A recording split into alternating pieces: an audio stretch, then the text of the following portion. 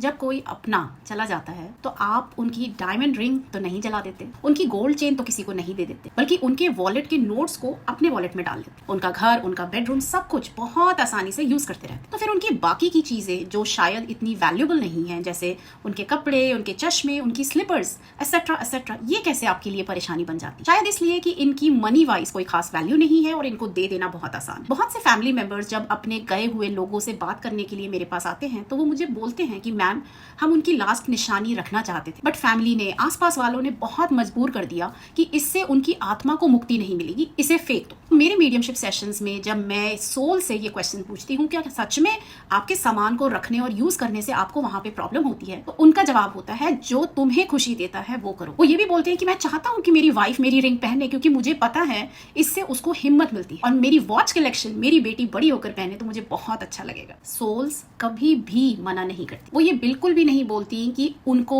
इन चीजों से रखने में कोई प्रॉब्लम है, कोई तकलीफ है, कोई परेशानी हो रही है। इनफैक्ट वो बहुत खुश होते हैं कि आप उनकी एक चीज को अपने पास रखकर उसको यूज करके उनको अब भी याद करते हैं एंड अपने पास महसूस करते हैं। ये चीजें सिर्फ आपको उनसे जोड़ने का एक जरिया है। ये अंधविश्वास फैलाना नहीं है, बल्कि ये तो हीलिंग रिसीव करने और देने का एक तरीका है। तो अगर आपने भी किसी अपने का कुछ सामान अभी तक संभाल के रखा है तो यकीन मानिए वो आत्मा इससे बिल्कुल भी परेशान नहीं है। इसमें कुछ भी गलत नहीं है। आपका उनके लिए ये प्यार, ये दर्द दोनों ही बहुत सेक्रेड है। एंड अगर आपको इससे एक हीलिंग मिलती है, अपनी ग्रीफ में हेल्प मिलती है, तो बस कुछ और इम्पोर्टेंट नहीं है।